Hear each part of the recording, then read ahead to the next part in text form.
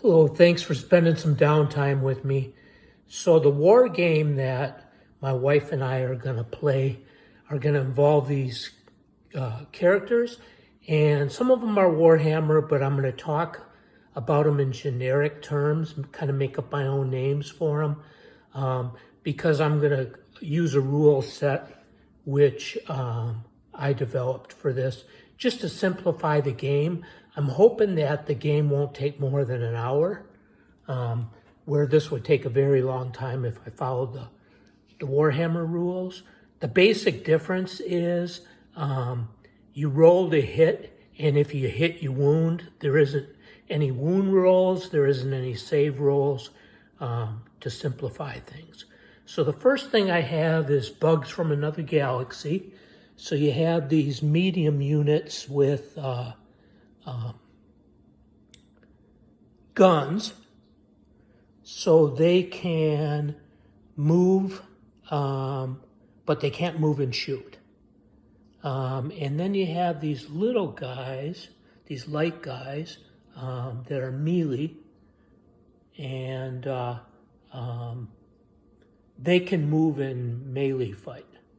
And then these are statues in WarHammer, but I'm going to use them. These are automatons.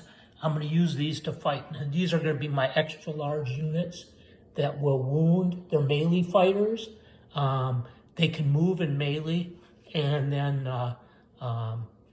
they have a better chance to hit than the other stuff. So the main strength of the things is what they can roll and still hit. And then there's these little exploding infectious units.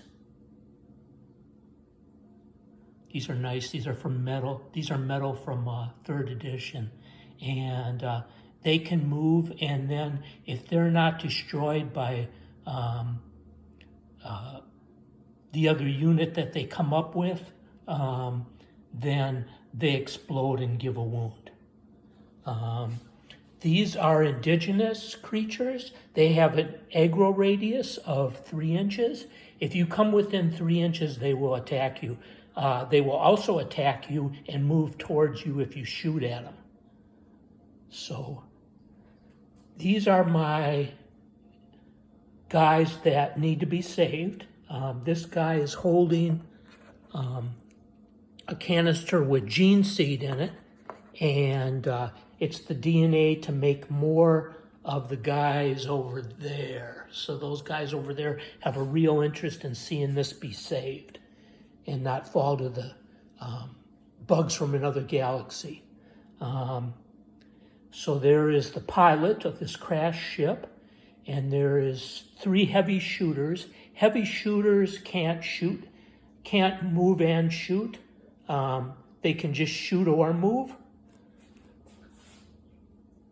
And then there's these melee fighters.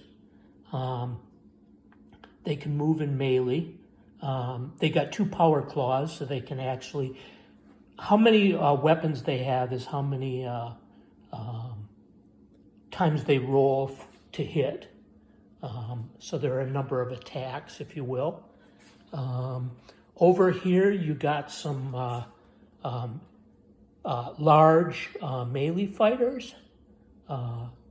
And they also have a gun. So they can... Oh, no, those guys don't have a gun. I'm sorry. Large melee fighters, so they can move and they can melee. And then these guys are large shooters, so they can either move or shoot. And then these guys are some winged guys that are melee fighters that can fly like 12 inches and then melee fight. So some of my more valuable units. Also, the larger they are, the more wounds they have to take down.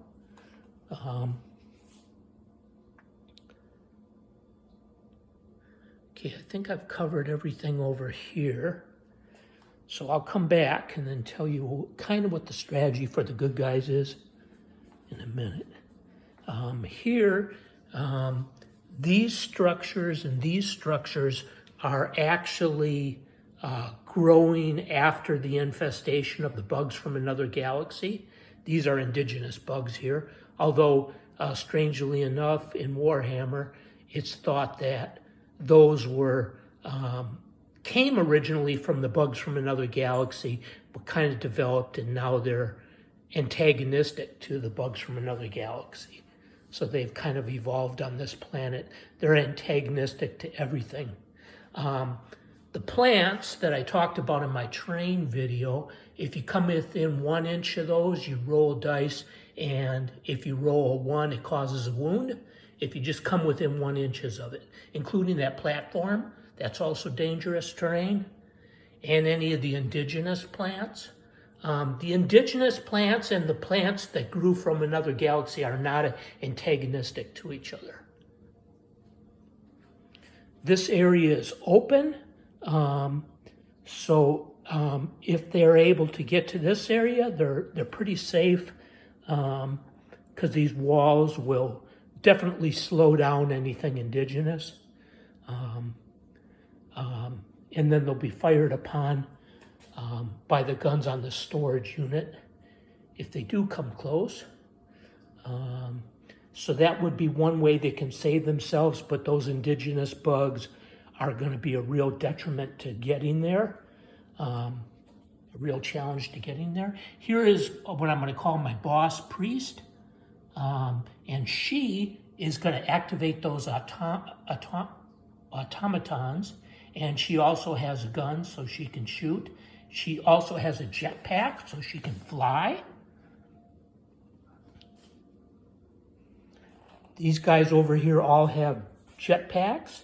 She's considered a large unit. These guys are considered medium units, but this guy is a large unit. The bigger base is how you can tell. These guys over here are mostly all large units. They have jetpacks so they can fly. So probably their strategy is going to either be to go over there and attack the Tyranids to kind of flank them. The bugs from another galaxy, what Warhammer calls Tyranids. These space infantry, or what Warhammer calls Space Marines, are either going to flank those other bugs or try to get to the guys that they're trying to rescue right away to escort them to safety. So you have this artillery over here, including this large laser. Those create blast circles. So over here I have some templates. So the large one is used for the laser unit. The smaller ones are used for the other artillery. I don't have any flamers, so I'm not going to be using these templates right now. So basically that unit right there and that one with the long barrel has an 18-inch range. That one will create a 3-inch template blast circle where anything under it, completely under it, is destroyed. Any large unit that's half or more under it is destroyed. Any other unit other than a large unit or an extra large unit is destroyed. These artillery have a 12-inch range, and they create a 3-inch blast template. So what I might do is try to blast my way through the indigenous plants to where I can get to this area and maybe land up on there and take the chance of getting a wound, because it is dangerous terrain. But if you can shoot for 6 inches and you're 3 inches off the ground or 4 inches off the ground, you can add that to your range. So that's a benefit. Also, being off ground puts a -1 modifier on you being hit. So if something would hit on 4, 5s, or 6s, it'll only hit on 5s and 6s. So those guys all have jetpacks, so they're probably going to do some flying to try to help those guys, whether they attack the bugs from another galaxy or whether they just try to get over there right away. It's going to be difficult because they got a long ways to go. These guys landed here in runes from these space priests right here. These ladies had built these runes many centuries ago, and they're kind of dilapidated, but it somewhat resisted the Tyranid spreading into it, not completely, but somewhat. So it was like the best place to land since they couldn't make it all the way over there, right? And then also they took the chance of when they crash landed, destroying something that's necessary to the space infantry over there. Okay, so I did some painting today, and I got a lot of this stuff in better shape as far as paint. The automatons I didn't do anything with because I want to cover those with the dry baby wipe, spray them with white paint, and then put gloss away from the lines of the baby wraps will be like the veins in the marble, and then I'll put gloss like inside those white areas, like away from the veins, to try to simulate marble. I also forgot to paint the smallest bugs from another galaxy or Tyranids, right?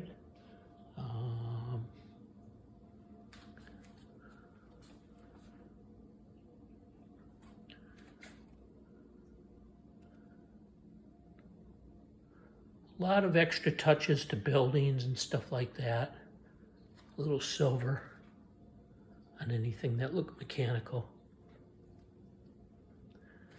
I think I mentioned that those guns can fire or whatever. Those are considered, the guns are considered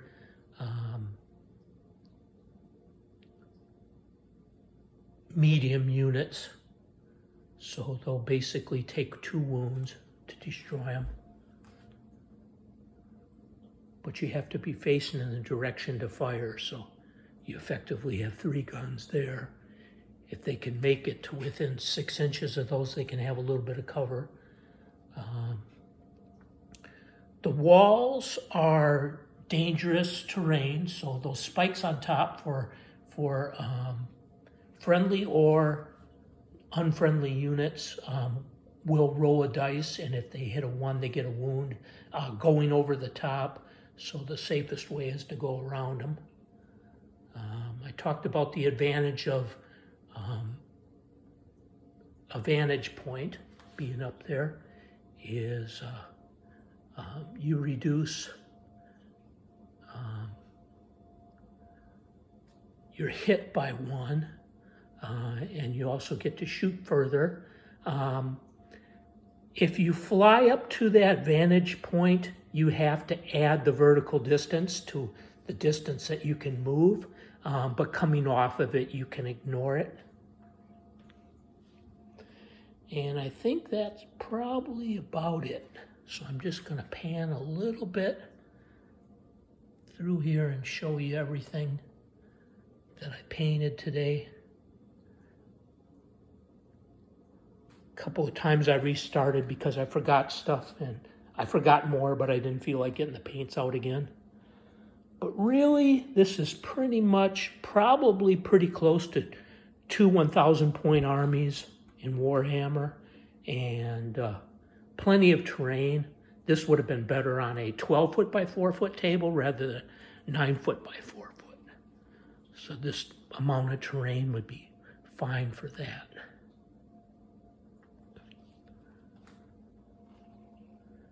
Thank you, Downtime.